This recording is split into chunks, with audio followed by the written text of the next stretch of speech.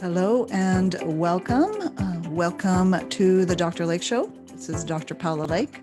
Another day here today doing another podcast. And I'm especially happy today because I know that we have Valentine's Day coming up. There's been a lot of stuff happening in this world.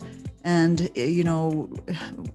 people are finding themselves in situations perhaps during this particular time, but maybe even specifically around Valentine's Day, where people start to get emotional and they look at where they're at in their lives and they look at what they don't have in their lives. And so this is really valuable for me. I have Rosemary Mupambwa. Mupambwa? Yes. Lovely. And so she's here today to talk about some of her experiences. My particular interest has always been on how we overcome adversity and how we deal with some of the knocks we get in life, which is what we do. And I think Rose Mupambwa. Now, you like Rose? Yes. Thank you very much. Rose is relationship coach, life coach, speaker, and author of Exhume or Heal, Widow's Memoir. It's a book about a journey from grief and loss and how one works through that process, which all of us can go through when we have significant losses in our lives and we stumble to find our way back to feeling alive again and feeling like we're a part of life, and that can be possible. And I also know that right now, as a coach, you also hold retreats for people.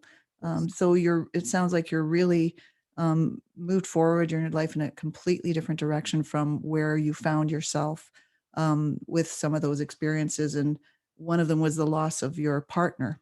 And thank you so much for being here, Rosemary. And it's so nice to see you. And I'm launching into actually being able to see the person with whom I'm speaking. So this is just amazing. I appreciate that, Rosemary. Thank you. So, what I think is of value and what is going to be of interest for people who maybe even at this time, maybe there might have been some losses. And I know even with COVID, some people may have gone through some losses. They may have lost some people that are really important to them. And even in the absence of COVID, I think there's a lot of emotions that come around when people find themselves single and alone, and lots of grief around that. So it seems that you are one who experienced that. And I would really love to hear sort of what happened and how you ended up going from the place you were at to where you are now.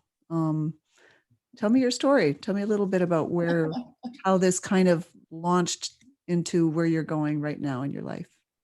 Okay. Thank you so much, Dr. Paula, to have me on the show. I feel honored. Oh, it's my pleasure. My pleasure. Absolutely. Yeah, I lost my husband in 2000. It was one of those things that you never expect would ever happen. I remember the day when I was at the altar saying, I do, I had this huge smile. And, when you say I do, until death do us part, you have no idea when death will do you part. Yeah. So when my husband passed away 12 years into our marriage, I was like, really, God? This is not what I signed for. Yeah. I signed for a lifetime partnership with my husband, but now he has been taken away from me. I felt like the universe had removed him from my life. Yeah. And for no reason, I could not understand. And it was also due to the fact of the circumstances of how my husband passed away. He left me 3 beautiful children. My youngest was 5 years old, and she barely knows her dad. She has to know him through the book that I wrote, most of the events that happened that surrounded his passing, and also what happened afterwards and how we managed to get back together. She's reading it through my book, Exhume or Heal. which is this book here. Beautiful. Yeah. So it took me time to go through my grieving process Yeah. because I was so angry. I did not understand why, after a few years into my marriage, I end up as a widow. Yeah. And the one thing that also really made me to hit rock bottom was the events that happened to me after my husband passed away. Right. My journey as a widow, Yeah. you know, society has no idea how to help widows. Yeah. And back in my country, in Zimbabwe, there was nothing like, you know, counseling for widowhood. The only advice I got was from my pastor. My pastor was also a widow herself, so she had walked that road before. But our roads were, you know, the same but leading different directions. Yeah. My family is the one that really supported me. My mom, my dad, my siblings, and a few other friends. And I didn't realize that when your husband passes away, there's a division with friends.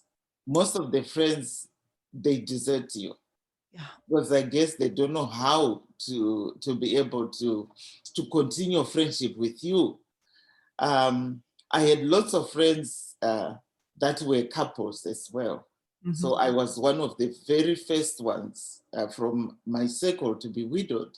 And every time they would have get-togethers as partners, I noticed that they would leave me out.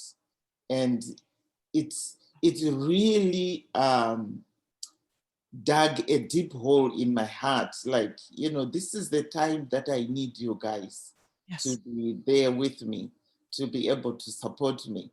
But then one of the other ones was very courageous and said that, you know what, the thing is, we don't know how to talk to you anymore because widows are boring. You are boring people all the time.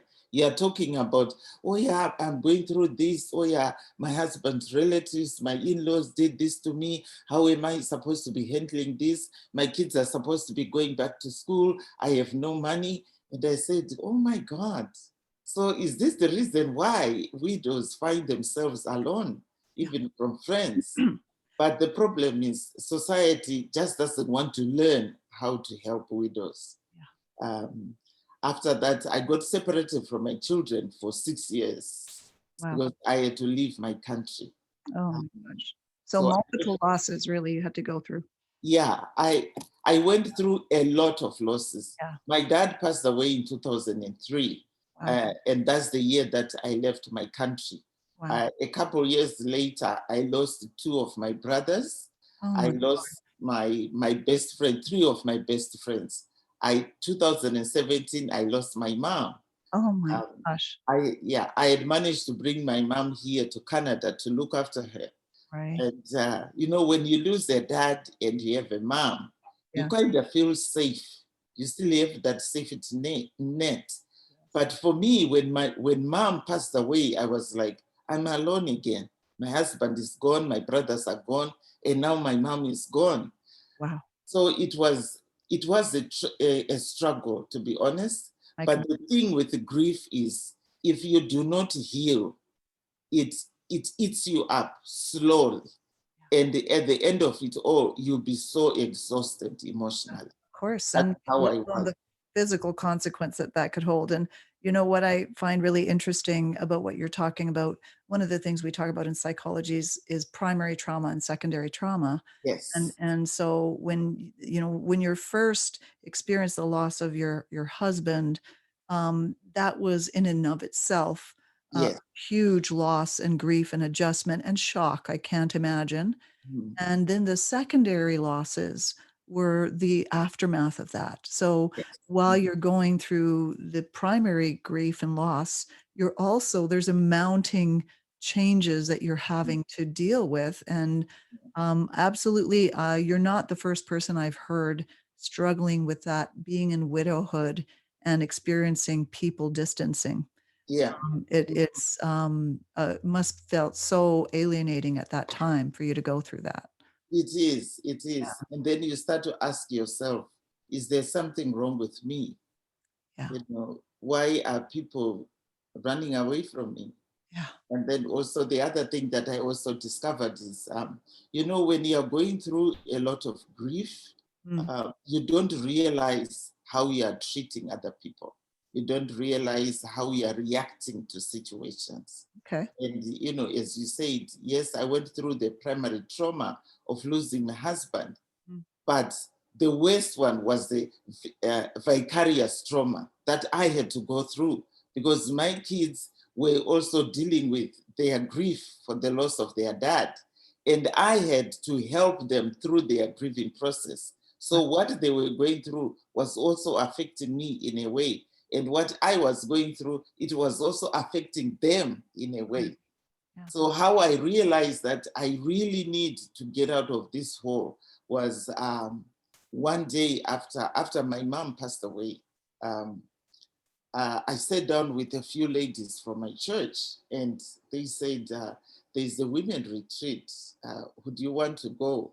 Because to be honest, I thought I was dealing with my grief, you know, very well. To me, there was nothing wrong with me. You know, I was dealing with Right. my grief. I was spot on. I was, you know, able to hold on my jobs. I even sent myself back to college twice. So Wow. I'm okay. But what I didn't realize was the way I was reacting to situations. Okay. That's the thing that one of my friends here in Calgary, you know, sat down with me, and she said, you know, before mom passed away, you were such a happy go person. Now you have changed. You don't even want to go out with us. We don't even want to do girls trip anymore. Um, I think you really need to come with us. There's a women retreat, Okay. and you need to come. And I started giving all these excuses. I have so much to do. And she says, I am not giving you any leeway. You are coming with me. Those are the kind of friends you want to have. Yes, The yes, ones who kind of pull you by the arm and say, yeah. "We're doing this." Yeah, Yes. So absolutely. she said, I am not leaving you behind. And I said, well, it's too far. I cannot drive. And she said, I am driving. I'll come pick you up by your house. And you don't even have to give me money for gas. The only money you have to pay is the retreat fee. So I had nowhere to run to, you know. Okay. So I ended up going onto this wonderful retreat. And it was like um, an international retreat. There were women from the US, they were all over Canada, they Yes. were there. And they put us into groups on the second day. Okay. Those that had lost loved ones, like widows, and those that have been divorced, and a few that had been heartbroken, and also those that were even struggling with some loss of some sort. Either you have lost a job, or you've lost your house, or stuff like that. So in that group, that's when I realized that it's time for me to shake off the dust. Because one of the ladies there, she was telling her story about how she cannot sleep anymore, Mm. and how she had resorted to eating, Mm. um, comfort eating. As a way of coping. Yeah, as a Right. way of coping. Right. And the other one had even said, you know what, I've started drinking because Wow. I just can't handle my grief. I don't understand why my husband decided to divorce me. Mm. I loved him. He was everything I had. And I'm sitting there listening to them, and I'm thinking, what am I doing Wow. to handle my grief? What am I doing? And I noticed that I had distanced myself from people. I had resorted to working. So I was working two full-time jobs at the time. So you And escaped into work, really. yeah, It was your way of coping at it that. was my way of coping. You know, Yeah. just to remain busy Right. was working for me, because when I finish this job, I go to the other one, and when I come home, I am tired. Yeah. The only thing I do is to sleep. On Sunday, I wake up, I go to church. Soon after church, I go home, I sleep, and then I prepare for Monday. And the cycle, you know, started going around like a vicious circle. Mm. And I noticed that even relationships, I wasn't interested in dating anymore because I had gone through these two terrible relationships, and I had dated these two emotionally emotionally unavailable men. How do you call it? They Yes, were that's very emotionally accurate. unavailable. Yeah. Emotionally They were, unavailable, that would be the term. yeah, Yeah. emotionally unavailable. Yeah. Ah, They were there, but they were not there. right. You know, they were also going through a lot of loss. One of them was a widower. And I thought, okay, I can identify to him. I lost my husband, he lost his wife. So there we go. We can make a great couple. But into the relationship, I noticed that he was still grieving his wife. Every time would be discussing about something, even about life, he would resort to talking about his wife. You know, me and my wife, we used to do this, Jude. You know, I'm sitting there, I'm like, you know what, my husband passed away. I don't bore your ears out talking to you about what me and my husband used to do. And I realized that, yeah, he Is it? still, yeah, he still hadn't finished grieving his wife, but his wife had passed away, I think about 10 years Yeah. ago. But it's also because of the events that surrounded the death of his wife, Right. and how he was also separated from his kids. He was no longer in good books with his children, because the children also didn't understand what happened when their mom passed away. So there was a lot of blame shifting, and I thought, you know what, Right. this is too much for me. So I broke up with that guy. And then after that, that's when I decided to resort back to work, get busy and mind my own business. Yeah. But I also noticed that my children were also suffering because I Sure. wasn't available anymore for my children. Every time my children wanted something, it's either I'm away or I'm sleeping, or when I come home, I'm very irritable because, you know, I want to get things done so that I can get my rest. Yeah. So at that women's retreat, they spoke about how we are reacting to problems. Reflect back on what's happening to you on a daily basis. When you wake up in the morning, what's the first thing you think about?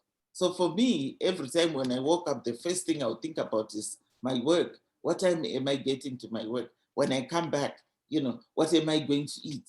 When am I going to do my laundry? So there was no joy for me anymore because I thought, you know what, looking for another relationship, it will cause me problems.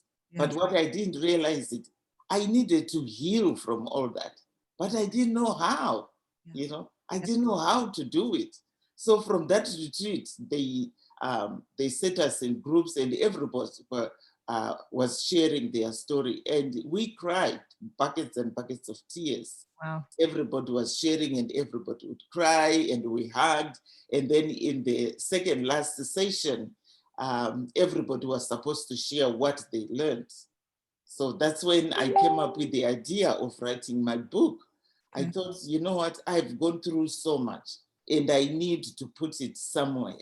And the best way to do it was to write my book. And that book has become a healing manual for a lot of people That's because beautiful.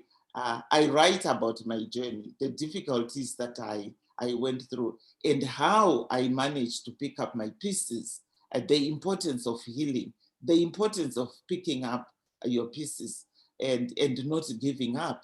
Why would you give up when you are lucky to be alive? I didn't see myself as being lucky to be alive after my husband passed Right. away. But the pastor there said, you know, preached about how lucky you are to be alive today. Right. So that also gave me the motivation to find my purpose in life. And I thought, if I become my coach and start helping those women that have gone through that rabbit hole again in relationships after they have been divorced and widowed, I'm sure, you know, I could change the world. And Yes. here I am Yes. today. Yes. Rose, just, because I think having worked with people that have gone through grief, and sometimes they felt stuck in grief. Yeah. What I find interesting is people seem to have a timeline where, what I know of people that have gone through grief is in the very beginning of the loss, people sort of surround you and they're present in that initial support. but Mhm. there seems to be a drop in that. So Yeah. the realization of what you've lost really opens up once people start dispersing and that initial support disappears. Yeah. And so there is no timeline because I know it depends on where you're at in your life when someone is, how long you've been with them, the nature of, there's so many factors that affect how we deal with the loss. How long was it that you found yourself? It sounds like you kind of were stuck in a place for that felt, one of the things you mentioned was anger, bitterness. I know that I read a little bit about some of the bitterness you went through. Um, how long did that dark place? And I know it differs for everybody, but how long were you there? I was there for a long time, Okay. very long time, because my husband passed away in uh, 20,000. Okay. The thing that also kept me stuck was I continued to lose more family members. Okay. And the other thing was I didn't give myself permission to, to mourn and to grieve my loss. Okay. Because after my husband passed away, I had my children to take care of. Of course. And I remember at the funeral, my mom would say, "Stop crying like that. Your kids are not supposed to see that, grief is really paralyzing you. You're supposed to be strong for them." So that word stuck, It's got stayed with stuck with you. me. Yeah, I need to be strong for my children. Right. But after my dad passed away, as the oldest girl in the family, I took over the responsibility of looking after my siblings, Right. through their loss as well. I had to be there for them. So I also didn't give myself permission to go through yet another second grief. We lost another brother and another one. So it was like, um, a vicious cycle of grief. Oh, and then with each loss, it kind of opens Yeah, up previous losses, right? So previous losses. Yeah, those previous. those Mhm. wounds keep getting, touched. Yeah, Yes. So for me, it took me almost 15 years. Can you believe it? I can believe it. And I think, but the message of hope for me is because for sometimes when you go through that extended period, it can feel like there's no way out. And the Yes. longer you're in it, the more discouraging it can be to ever believe it. That's why I think this is important for people to recognize that it's okay if it takes you a little bit longer, or if you're a bit stuck in it, or if you feel there's no opening coming up in your life, that things, all that possibility to Yeah. have a transformation in your life Mhm. exists. And Yes. whether, if even if in the moment it feels impossible, that Mhm. it exists. And so I always think it doesn't even matter the when. It Yeah. keep that door open and keep opening that door. And you may find a window or a door there to get you through. So it sounds like your allowance in the beginning phase of recognizing your grief Mhm. and giving permission for Yes. yourself to go through a period of grief was Mhm. was a bit of a turning point for you, would you say? Yes, Okay. it was a huge turning point for me Yeah. because I realized that I was holding back, thinking that, if I start breaking down, Yeah. then it's a sign of weakness. Wow. I'm a mom of three children, and now I'm a single mom of three children. Yeah. But I'm also the oldest sister to my siblings. I need to be there for them as well. So I kind of put myself on the back burner, to be honest. I didn't care about how I felt, but I cared mostly about how other people were feeling, how they were holding their grief. I would give them advice to go through Wow. a grieving process. But to me, I thought I'm okay. Right. But I didn't realize that I wasn't okay. Yeah. I needed to give myself permission to say, yes, Rose, it's okay to break down. It's okay to cry. It's okay, to look ugly in the mirror when you're crying yourself, to Yes. Yes. sleep. And I remember I cried for days and days. And I thought it would never end. But you know what? One day you'll just wake up and think, Now I think I'm okay, you know. Yeah. And to be honest, you don't stop grieving. Yeah. You know, there's no end date to grieving, Yeah. but it's how you are handling your grief, how you are able to cope with it. What are you using as coping skills? Yes. You know, I call them STERBs, the short-term emotional relieving behaviors, the STERBs. I know, and one thing you do say is, which I read here is that crying about pain and loss without healing, without taking action to heal, is Yeah. self-destructive behavior. Yes, it Is is. self-destructive behavior. So you're giving the room for yourself to experience pain and loss, Mhm. but there's if you just do that, that's not sufficient. It's No, not, that's you not know, so sufficient. one way I think it always is necessary but not sufficient. So it's an important step in your healing, Yeah. but it's not sufficient. So I wonder if you can talk a little bit about that. How what's that next step for you that broke you out of just staying there? Okay. So when you've gone through the mourning process, you know, you should ask yourself, how long am I going to be crying? How long am I going to be throwing these pity parties? To be honest, I was a queen of pity parties for the longest time. And I lived with this poor me mindset until it was starting to exhaust me. Started to feel like an old record. Yeah, like a It's like broken I'm playing record, this record over and over and over over again. and over It's and like a over. country song, right? You're very right, Dr. Paula. Yeah. So what you need to realize is you need to ask yourself this question. How long am I going to be here? And what good am I getting out of this crying? Yeah. You know, I've bored people to death with my broken story. Yeah. I lost my husband. I lost my mom. I lost this. I lost this. And, you know, how long are you going to be telling the same story over and over again? Yeah. Yeah. And what are you getting out of it? So You know? those are pretty big questions you asked yourself. You really did a little bit of self-reflection and Yeah.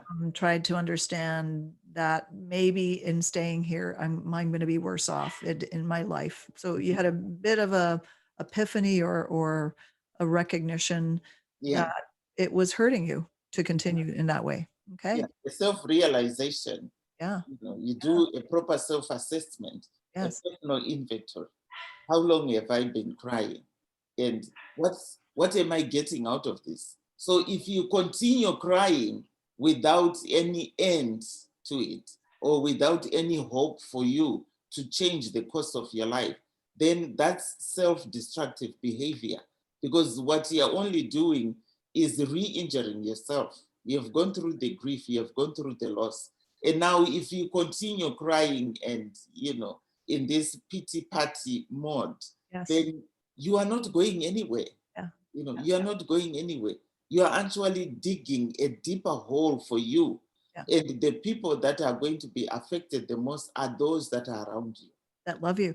And Yeah. I do think, what happens is, at least from even how you're describing it, and I've heard it before, is it actually overshadows even some of the blessings that are present in front of you, because it blocks our ability to witness them, to appreciate them, because the grief and sorrow overrides Yes. everything else. And I would imagine there's even other things that you're dealing with when these losses are prominent. Mind you, you went through a number of them, which would definitely amplify grief. Is the fact that we can get, let's say, a little bit more hopeless about life. So our view of the future gets a bit more pessimistic, and in light of what has happened. Yeah. I'm always interested in how we switch that around from feeling like our past is somehow going to be a predictor of our future. How did you negotiate that shift from, I've gone through all these losses, I'm in a pity party, and Mhm. now I'm going to look forward to something else in the future? How did you manage that? It was tough, to be honest. But Mm, what I did was I started opening up myself to okay. other people because I realized that even when my children were asking me, Mom, what's wrong? Mm, You know, you have changed. I used to feel as if they were attacking me. Why are they questioning my happiness? You know, why are they always asking me, Mom, what are you doing? What are you going to be doing this weekend? Are you going to be at home sleeping again, Mom? You know, so I felt like people were attacking me. mm. You know, You feel why like are you you're judged so, by it. Yeah. yeah, why are you so interested in what I'm doing? You Mm, know, it's my business. But the thing that is important, the most that's crucial, you know, for widows to get out of that hole is to um, allow people to come in to help you. okay. Do you Yeah, think that part of that was the first step is, so of course, acknowledging your grief? In a way, it's allowing vulnerability and allowing yourself yeah. to Mhm. let people kind of embrace you, Yeah, guide you, perhaps. So you opened your heart up to people in to a people. way, Yes, instead yeah, of being the independent, I have to manage this all on yes. my own. Mhm. You shift into a place of I'm open to being helped. Yeah. Yeah. I'm vulnerable now. Mhm. I'm open Absolutely. to help. Yeah. Yeah. So once you do that, you'll find out that help is out there. Mm, And until you break that shell, mm. and it's also a personal journey to everybody. Yeah. If It everybody is not, absolutely a personal journey. That's why I just think people really, we need to move away from comparisons of how yes, people cope, hmm, because I think we have all very unique stories. And yes, I know that grief is really depends on the context as well, not just in your case, you had three children, you had still not, you didn't do your 30, 40, 50 years that you imagined with your husband. yeah, um, and when things are curtailed and seem unfair, it's so much more difficult. And not to say that we don't grieve when a senior dies or a partner, it's just it adds, it complicates it, right? So I think that's an amazing process you went through. I do appreciate it didn't happen in a day. no, But I really think it's valuable for people to know that it can happen over time. Um, what were some, were there some specific things? I know one of the things I'd read was that you talked about, forgiveness and anger. How yeah. did you navigate these feelings that were probably always there for you for a long time? Um, the first step was to forgive myself. You know, I had to realize that I was stuck because I did not allow myself to be vulnerable again. So I forgave myself for that. Okay. And it's not easy, to be honest, it's not easy. The next step I did was to look at the people that had betrayed me, that had caused me pain, that had said some bad stuff to me, accusing me of stuff that I didn't do. I wrote a list of all of them. Oh, did you? Okay. Yeah. Yeah. So I was looking at each and every one. And I remember one of them, I called them and said, because of what I went through when my husband passed away, I'm going to write a book. And this book is going to be published and it's going to be on Amazon. In case you hear people talking about it, or in case you see the book, when I come back home, I'm going to bring this book to you to read. And, you know, this guy said, one of the things that really stuck with me, because he said, oh, it's been so many years, over 15 years, and you still haven't forgotten and moved on after what happened. Mm, I sat back and I thought, wow, he doesn't even realize yeah. what he did to me caused me so much pain and so much grief. It actually stifled my progress in life. And here he is, he feels justified. with what he did. Hmm. That was a turning point for me, because I thought, even if I continue holding on to the anger, holding on to the frustrations, that how could he do this to me?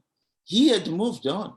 Right. And it was up to me to continue holding all that unforgiveness against him when he had already turned his back on the issue. He had forgotten about it. To him, it was another day. But to me, I was still asking myself, why? How dare he did that to me? Wow. That was a big realization for me. When you wrote this list and you identified this is where I felt maybe abandoned or misunderstood or betrayed, or how did you come to terms with these experiences of hurts? Like what allowed you to make that shift from I'm resenting to I don't know, I'm imagining you got into a different place once you did this. What helped you? Forgiveness, Okay. to forgive them, because I realized, it has been so many years Right. after all these events happened.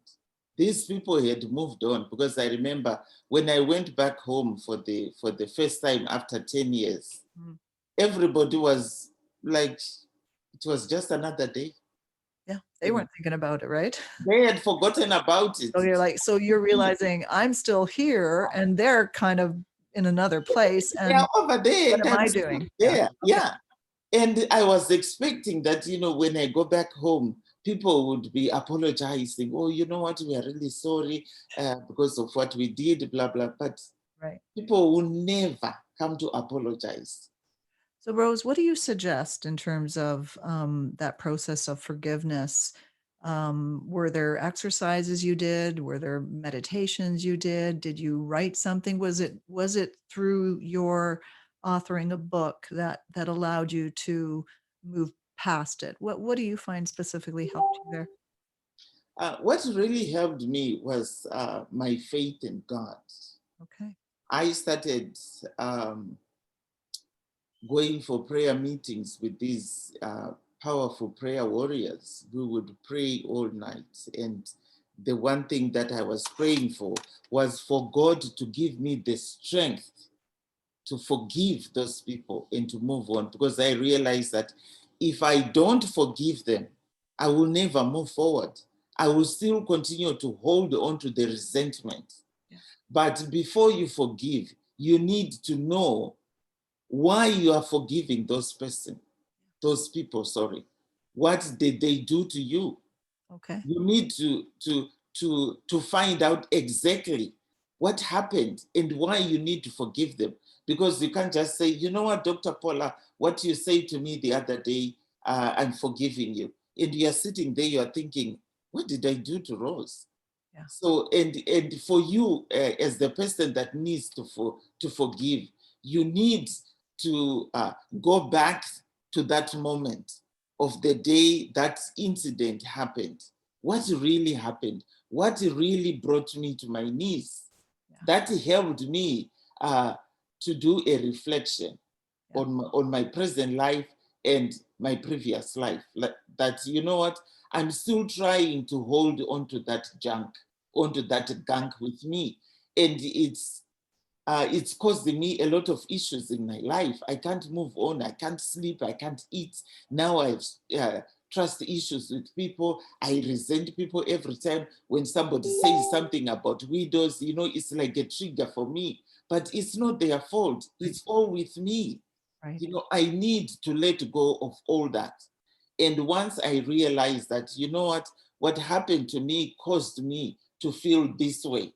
Right. But is it helping me to be stuck in that position? Yes. No, it wasn't. It was actually holding me back, because I was continuing to drive my car looking at the rear view mirror. Yes. There's the reason why cars, they have huge windscreens for us to see forward.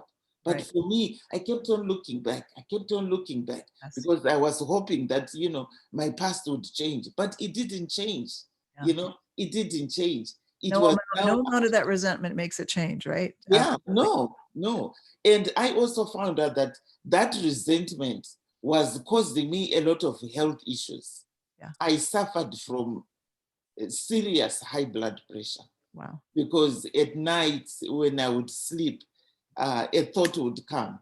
And there I am, I can't sleep. I'm trying to process, asking myself, what did I do wrong? Why did these people treat me this way? But you can't find an answer.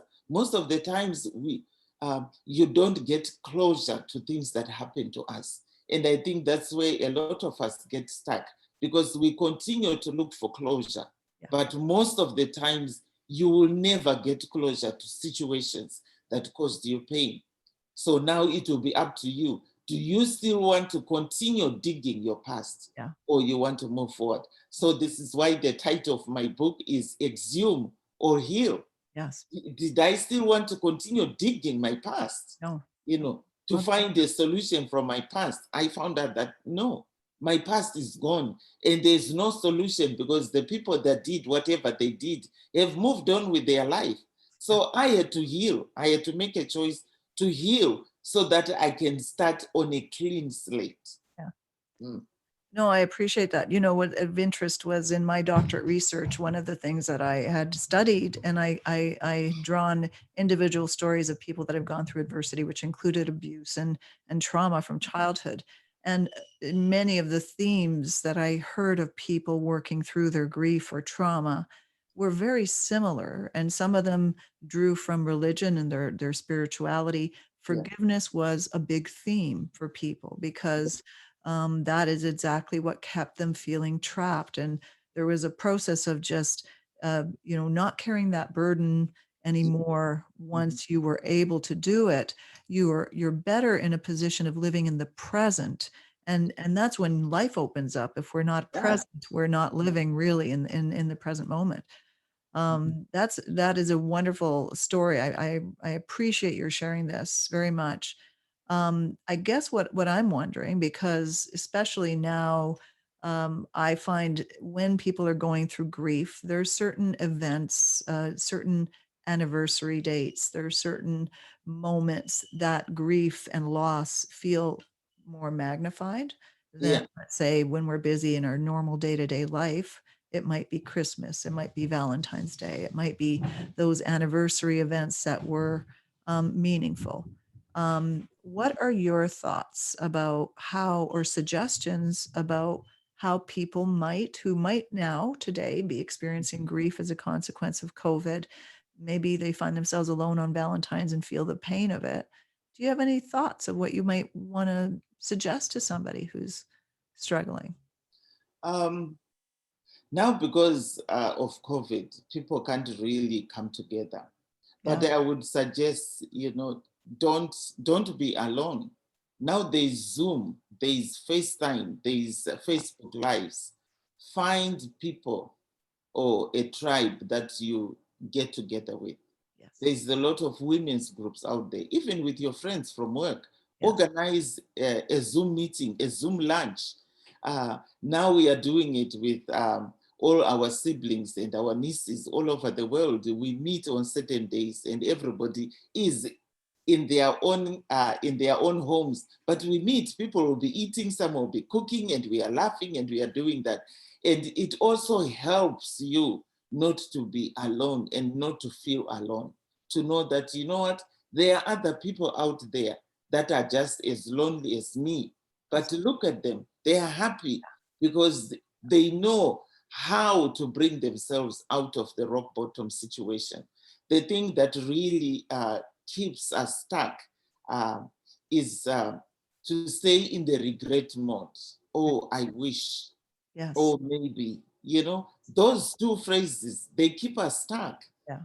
You know that you are going to be alone on Valentine's Day. Yeah. Make advanced plans. Connect with other people. You know what, ladies? Since we are all singles, let's have a singles party. After lunch, let's have lunch on Zoom, and then play some music and do games over Zoom. I have seen a lot of people, this is what they are doing. But some people are still stuck in that mindset that how can I meet people on Zoom or on Facebook? That's not personal. That's very impersonal. But this is the life that we are living now. It is. You know, and there's something to be said. I mean, in psychology terms, we might call that cognitive flexibility. And one of the things I think that is harder is when we have a very narrow view of what kind of support absolutely has to be in place, and we won't be open to other possibilities. And it's important to have that kind of flexibility. And reach out. One story I had about someone with grief that she struggled with was that when she was trying to reach out, she felt this contrast between the sadness of what she was going through, and when you're meeting people, you're not able, that's not the first thing you're going to do is, talk about all your grief when you're first talking to somebody. So sometimes you can feel still isolated in those initial phases because you can't really, I mean, you can, but that might scare people away if the first thing you talk about. What do you suggest in terms of, because you experience people pulling away as well, what do you suggest in terms of, when for anyone grieving who feels a disconnect from people when they're trying to join a group, or they feel uncomfortable about themselves and they're a bit not sure if there's a safety there to talk openly about feelings, and so they hesitate to join a group because they feel a little left out, or they don't feel like they're included. Are there any suggestions or thoughts you have about that? Yeah, I also struggled with that. Right. Yeah, it's the hard part, right? It's what you're saying, the understanding of what people go through when they go through grief. Yeah, I struggled with that. And I'll just give you a small example. At my church that I was going to, Salvation Army back in Zimbabwe, would have women's meetings on every Thursday. And we call it Ruadzano in my language, meaning, it is a time for just women to come together. Right. And I noticed that for the longest time, the pastor, because she was married as well, she would be teaching women on how to take care of their husbands. And I am there with a few other widows and other women that are divorced, and would sit there rolling our eyes and thinking. And then one day it dawned on me that, you know what, if I don't tell her or make a suggestion, she's going to continue teaching us on how to live with a husband that we don't have. And he was oblivious to the fact that, how are the widows feeling about this? So I approached her one day and I said, you know what? Me and some other ladies are going to stop coming to this women's meeting, because all you talk about is how to take care of husbands, how to be good to your husband. What about us widows? What are you doing for us? Wow. And this is what people need to do. Ask. Yes. If I come to that group, what am I going to get that is going to help me? What's my takeaway from that group? Beautiful.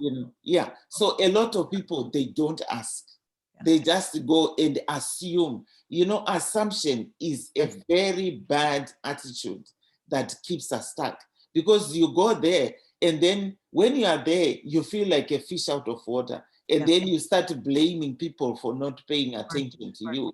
But and recognizing that people might not really be aware what you're going through. It's not, and I think we can fall into do things like mind reading and assuming that we're just being left out and don't matter. So you really pulled yourself out of that. I could certainly see some people just quit the whole program without even announcing it. Without even asking. Absolutely. Just having the courage to come forward. Yes. It's huge. It's an icebreaker. Right. Because when I spoke to that pastor, she said, wow, Rose, I am so sorry. Right. I didn't realize that, this is how I was handling these meetings. Okay. And I said, now you see that the group is getting smaller and smaller. Look at Mrs. So Mrs. Sorenso is no longer coming. She's divorced, she was widowed. And I'm also widowed, and I was, at the brink of not coming anymore because the meetings are not helping me. So after that, she broke the group into two. Wonderful. So we had our own sessions, and the other married women had their own sessions. And it helped to, to keep us going, because at least we felt that, we were being supported Yeah, and we were absolutely. being heard. Well, I mean, I think one of the things that really matters here is that in what you've shared is you, even though you went through some experiences of people pulling away, Mhm. is not to let those experiences. It is about finding a tribe, and even though you might have some obstacles initially, and in feeling embraced and held by certain groups, Yeah, to trust and keep looking for people that are there that can be understanding and that right. can hear you. Mhm. So not to let some of those negative experiences color the future for, Yeah, for yourself, right? So absolutely, yeah. I think that's really good for people to understand. And because what I do know is that when people go through grief, that sometimes it can feel like there are miles between where you are at and the world outside of you that looks like they're just buzzing along doing fine, and right. you're separated in your aloneness and grief. And it sounds like for you the switch is that it moved where you started to connect and open your heart up to people Yeah, and reduce the bitterness and do some forgiveness work. So that took some practice and time. yes. Do you have any tips for people? Like, because I don't know if right now you do work to maintain that strength to keep yourself in that place. You mentioned that grief can last for a lifetime, that there's Mhm. still the loss is a loss. Well, I don't know if we'll ever feel totally joyful about a Yeah. loss. What are some things for keeping yourself in that domain, for sustaining that? What would you say about that you do for yourself that's been helpful? Um, Create a support system for yourself. Okay, It's huge because you can never go on a healing journey and deal with your grief alone. You absolutely. can't do it alone. Yeah. It's impossible. You I have to create a support system And around you. I think that's absolutely beautiful advice. One thing we do know in the study of resilience, a very robust factor that we find is helpful for people to get through very difficult experiences. Sometimes it can even be one precious person. Yeah, Sometimes it can be a group, and not to give up until that support system is present for you. Um, yeah, and so that was great advice because I absolutely support that.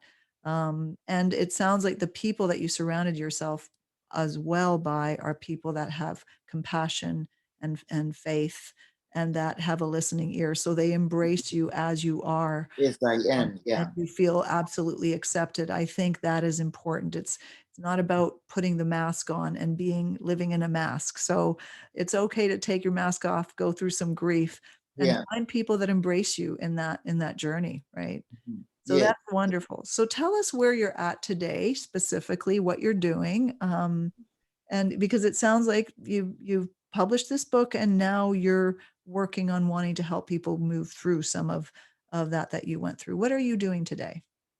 Today, I'm a relationship coach. Okay. I'm also a life transformational coach. I do retreats for women, transformational retreats. I'm an author, I'm a speaker, and I'm still a single mom with 3 children. I decided to do a relationship coaching because after you have lost your husband, it's really difficult for you to move away from that widowhood mindset back into the dating scene. A lot of people, they struggle on how they even start going out. A lot of them still feel guilty and they feel like they are cheating on their dead husband. I was like that for a while. I felt like, going out, I'm cheating on my husband. Right. But you know what? Your husband is gone. It's time for you to move forward. Now it's all about you. Because as women, as I mentioned before, we are always taking care of other people because of our nature inside. Yes. We need to remove ourselves from holding on to this masculine power because most of us, because they are also fighting at work with all these men in the boardrooms, you are Right. also trying to show that, you know what, I can do this job. And then you come home, as a single parent, you're trying to protect your domain, you're trying to protect your children. It's all masculine energy. Yeah. We need to move away from the masculine energy and go back to our feminine energy, which is the energy of receiving love, you know, being the kind person, being the joyous person, the people that really long to be around with.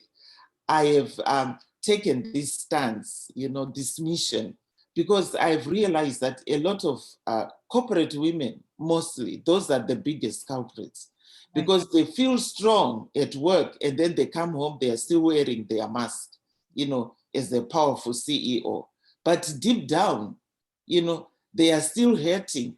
They are still asking themselves, I'm so good in my job. I'm so powerful at work. Why can't I get a relationship going? Why can't I find a long-term relationship? I want to get married, but how come I'm always driving all these men away? It's because of what we are exuding into the universe. We are exuding desperation. You are exuding fear because you are so scared that the next guy that's going to come to you is going to divorce you. But that's not true. You know, that's not true. But this is the energy that you are giving out. Yeah, and I think a lot of what happens is when we've experienced loss of and the pain of loss, the even the thought of re-experiencing the pain of loss makes the person, and that's inherently with trauma. We get more, we call it hypervigilant. We get more Yeah. cautious. We want to make sure that we never have to feel that pain again, Yes. which I could see how that would play into it when you're venturing into the world of the dating field. Yeah. Yeah. Mm-hmm. So, you know, partly, how do you work through that? What would you suggest around that for people? To heal, Okay. go through a proper healing process Yeah. and be open to change. Okay. You know, when you've gone through grief, as you said, you build a wall around you. Right. You don't want to let people in because you are scared that you'll get hurt. Okay. But to be honest, you will never find healing until you bring your walls down. And by doing that, you just need to learn to be vulnerable. Ask for help. Be ready for change, but positive change. Absolutely. And I would also add that, you know, in any instance for people, you know, whether it's a coach or a psychologist, or reach out if you are an immediate are not finding someone, you know, in your current present, that sometimes we need to turn to, that's a good starting point. At least Yeah. it's a window, right? Getting yourselves out into the world again. Rose, I really appreciate your having taken the time. I think this has been a really important story, and what I'm hoping is that for those that have maybe gone through grief and loss, or pain, that this is going to be a story that gives them hope. And the other piece is also that it allows people to feel that it's okay if you've gone through a period of suffering. Mhm. And even if you got stuck, it's okay if you feel stuck in it, knowing that there's always that possibility. And I think to see that you have navigated yourself not through only one death, but a number of losses to find yourself here, I think that is amazing. I know it's a journey and we're all on that journey. I think I'm glad that you're out giving the message that there's life after loss. Yes. So Yeah. wonderful. So could you, again, your book is called Exhume or Heal, a widow's memoir, and you also have beautiful, love that. And I love the hair. I love the hair variation. Yeah, yeah. Great. And I've also published this one as well. Oh my gosh, a triumphant snapback. Snapback. Beautiful. Yeah, Okay, yeah, perfect. And those are all on Amazon. And yeah. And this your one as well. I'm Exhume or Heal free. workbook, no Yeah, less. Okay, that's the workbook. amazing. Amazing. You know, I think it's so great for people to have resources, and Yeah, so yeah, great to hear such a story of transformation. And at this point, it sounds like you're working to inspire people. So, very much appreciate you being here. And I wish you all the best in your future ventures as you help people who are going through these losses. So yeah. thank you very much. And we will stay on the line and we'll finish up in just a minute. Okay. Meantime, Thank you. thank you very much. And I want to thank the listeners tuning in. I'm hoping that if this Valentine's Day or this period in any way you are feeling alone and in loss, please know that you can, no matter how long it might take you, that you can find your window out of where you are right now. Just don't give up and keep reaching out. Thank you very much and wishing you all the best.